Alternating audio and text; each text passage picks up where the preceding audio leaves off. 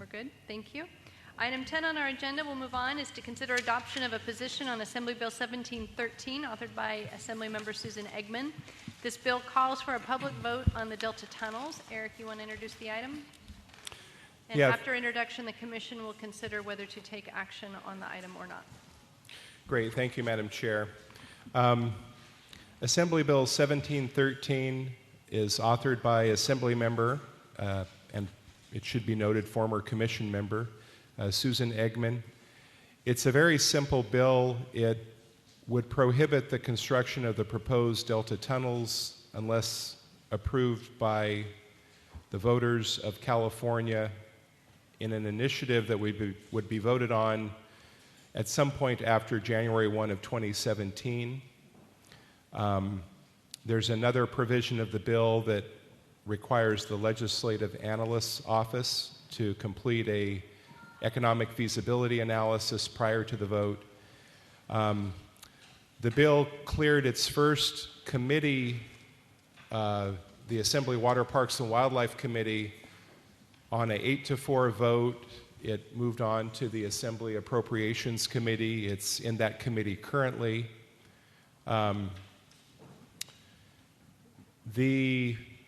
And there's more information about the interests that are in favor or opposed to the bill. Suffice it to say, Delta interests are supporting the bill. Water export interests are in opposition to the bill. At least as of the date of the Assembly Committee hearing, there was not a position from the administration. I don't know if that's changed. I've not seen any further analysis of the bill that would indicate whether there was an administration position on this taken or not. In my short tenure with the Commission's not taken a lot of action on proposed legislation. I will note that most recently, based on very strong direction from the Commission in our Vision 2030 strategic plan, and based on a very recent action by the Commission, I did send a letter of support on Senate Bill 554. That's Senator Wolk's bill on Delta Subventions Program. In that case, I felt like there was really clear and unambiguous direction from the Commission. The Commission, even though it's taken action related to first BDCP and now California Water Fix, and has been critical of that, at least a majority of the Commission has been critical of the proposed Delta tunnels. I don't feel that there was good direction in terms of this question of whether the public should have a vote on that project or not. And so that's the reason for this item being on the agenda this evening. I will just add one more item. We are a state agency, but we're representing local interests, and of course, vast majority of our commission consists of local officials from throughout the Delta region. The Commission is able to take positions on legislation through a vote. We also have a process we can avail ourselves of where we send recommendations on legislation through the Natural Resources Agency and through the administrative process. On a matter that has less controversy attached to it, that might yield a favorable administration position on a bill. I don't believe that would be the case on Assemblymember Eggman's bill. But just wanted to use this opportunity to advise the Commission on the process we have available to us, either through direct action of the Commission or this administrative process that we can route legislation position recommendations through the Natural Resources Agency and then through their process.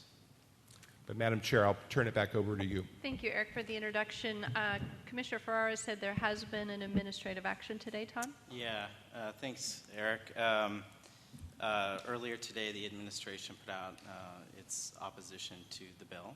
Okay. So it's if we want to, discuss what this commission might do tonight, I know that I won't be able to support that. But just to kind of characterize quickly for everyone's benefit the administration's position on it, it kind of couched into 3 areas. One, just generally, there's as a general rule, the administration isn't inclined to abdicating its responsibility on issues and just letting the voters, a vote of the people, determine things just by sending it to them. And the administration believes that the bill is unnecessary. The administration also believes that the bill is costly. I think a 2-year delay would drive construction costs up as much as $1 billion. And as a general rule, the administration believes that it sets a bad precedent. We do not put other public infrastructure projects to a vote of the people where it's being funded by a beneficiary. And so as a matter of principle, the administration is opposed to this bill. Thank you, Todd. Any Commissioner Scriven? Yes, having served on this commission with Susan and worked with her, she is very knowledgeable of the Delta, and contrary to my partner down there, being a 5th-generation farmer, we need the water in the Delta that is supposed to be for agricultural. And so what Susan has done is, she has gone against her party more or less and presenting this bill, but representing the people that she is supposed to be. And so I would suggest that this commission not only support this bill, but wholeheartedly go over and make sure that they know we are supporting this bill. I think it's very important. Thank you, Commissioner Loftus. My concern about this is, please. my concern about this is if it was put to a vote, there are many more votes and voters in Southern California than there are in Northern California. And it seems like that would seal the deal for the tunnels to be built. Are you aware the 1982 peripheral canal version that was defeated statewide, including Southern California interests? So it's a real fear, but I don't know if it's a real fear. Okay. Especially when people in Southern California identify with the cost they're going to have to pay should the project be supported. So that was just my concern. Thank you. I'm not arguing with your concern. I agree. Mike? If I'm not mistaken, there's another initiative on the ballot that Dino Cortopassi, who is a big farmer in the Delta, has put that makes sure that a public bill that costs X number of dollars has to be okayed by the public. There's a lot of moving parts right now. Yeah. Thank you. Commissioner Johnson? Yeah. One of the things that... If you can make sure you get close to the mic, Ben. Thank you. Thank you.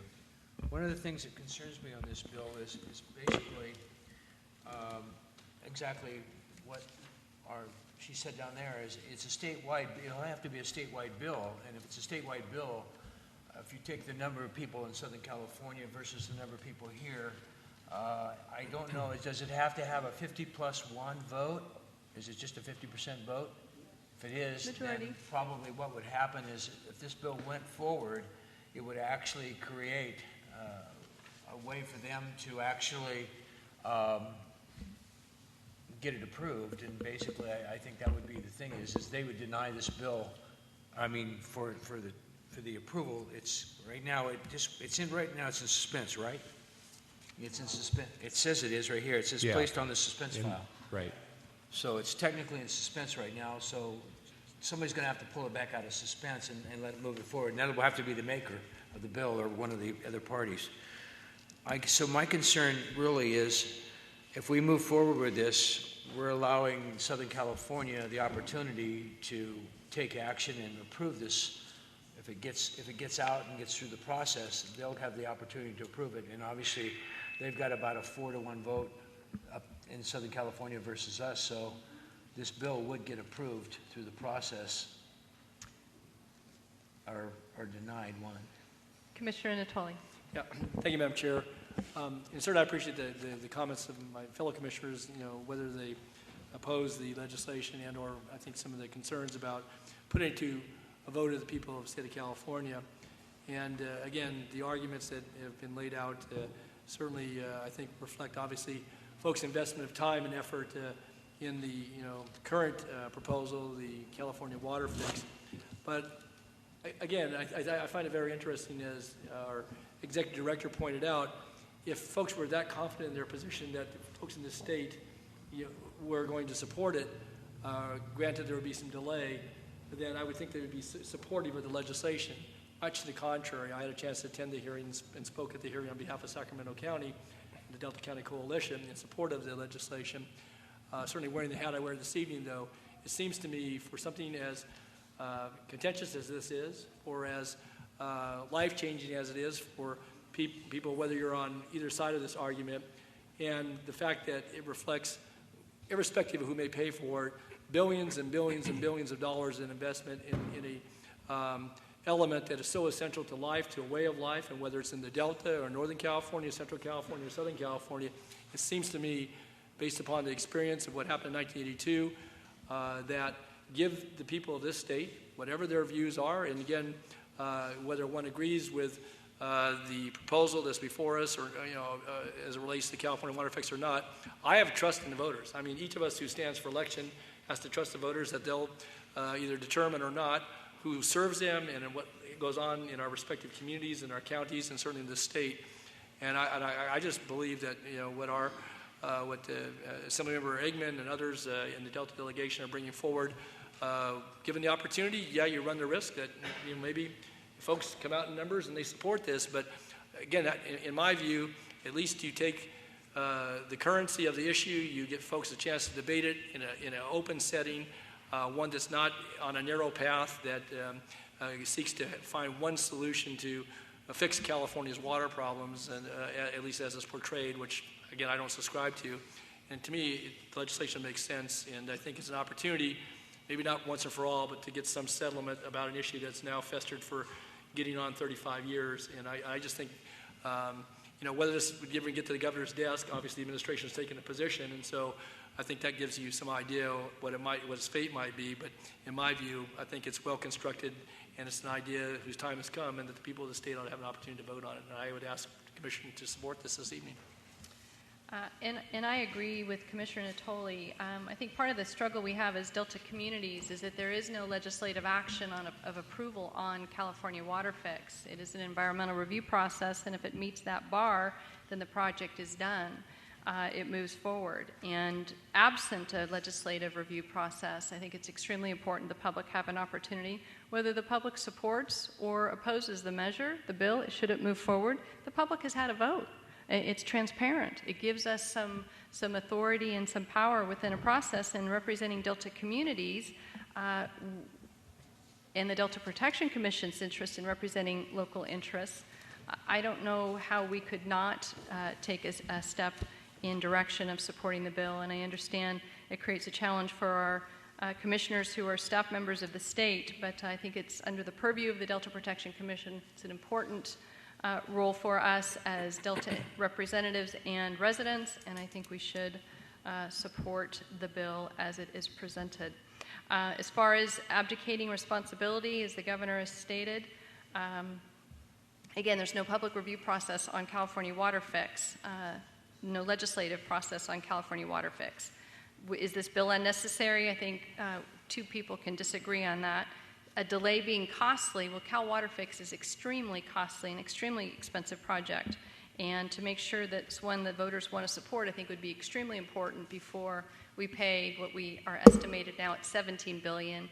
I tend to think it might be more like twice that under current dollars. So if it's another billion to extend the time to have a public vote, I think that's fine. And I actually think it's a good precedent for the public to engage on such a critical and expensive project that the state is considering implementing. So those are my comments. I'll look to any Commissioner Wynn. Real quick, I think we're missing one of the salient points here is right now the twin tunnels are on track. If this goes to the voter and they approve it, it's back on track. So nothing happens. The only thing that this bill does is provide an opportunity for the voters to weigh in and decide whether or not it should be built. So whether we approve this or support it or not, even with the possibility, and I would just submit that in my conversations with supervisors in Southern California, this is not a slam dunk from Southern California. In regards to the purchase of the islands, Los Angeles and Orange County were not supportive, and San Diego is at war with Metropolitan, and their ratepayers are upset for the potential increase of anywhere from 4% to 62% rate increases over this. So I don't think that necessarily we can assume that Southern California is going to vote in block. So I would only, and the other part of it I would say is, I know Assemblymember Eggman, on a variety of issues, including some of the minimum wage and those types of issues, she's been a very strong advocate for this county and for this area. And as we all know in an office, is that when you put something forth, it's always nice to have the support of individuals that you believe are like-minded. And to not support her, I think, would send the wrong message, because I know she's done a lot for each one of the counties represented here, certainly for San Joaquin County. So I would agree with you. I would think we would at least get this on track. And whatever the results, we won't be any worse off than we already are. Thank you. Any other commissioner comments? Do we have any public comments on this item?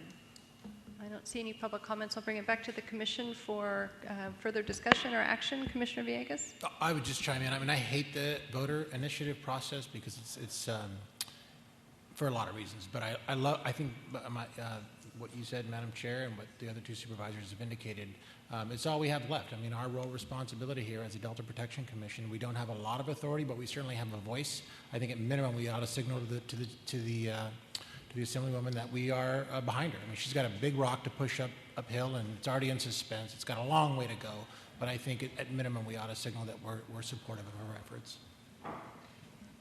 Commissioner Natoli? Yeah, Madam Chair, unless there are other comments, I certainly would defer to that if there are, but I would be prepared to make a motion that we would support the legislation and put that forward as a motion.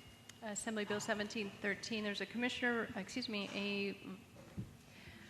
motion by Commissioner Natoli to have the Delta Protection Commission support Assembly Bill 1713 as it is currently written. Is there a second to the motion? Second. Second by Commissioner Wynn. I will ask the clerk to please call a roll vote, and the vote would be aye in support, oppose against it, or an abstention. Jan? Chair Pifo. Aye. Commissioner Bush. Abstain. Commissioner Ferguson. Aye. Commissioner Johnson. Aye. Commissioner White. Oppose. Commissioner Ferrara. Oppose. Commissioner Natoli. Aye. Commissioner Eddy. Oppose. Commissioner Scriven. Aye. Commissioner Loftus. Oppose. Commissioner Van Lovenzells. Aye.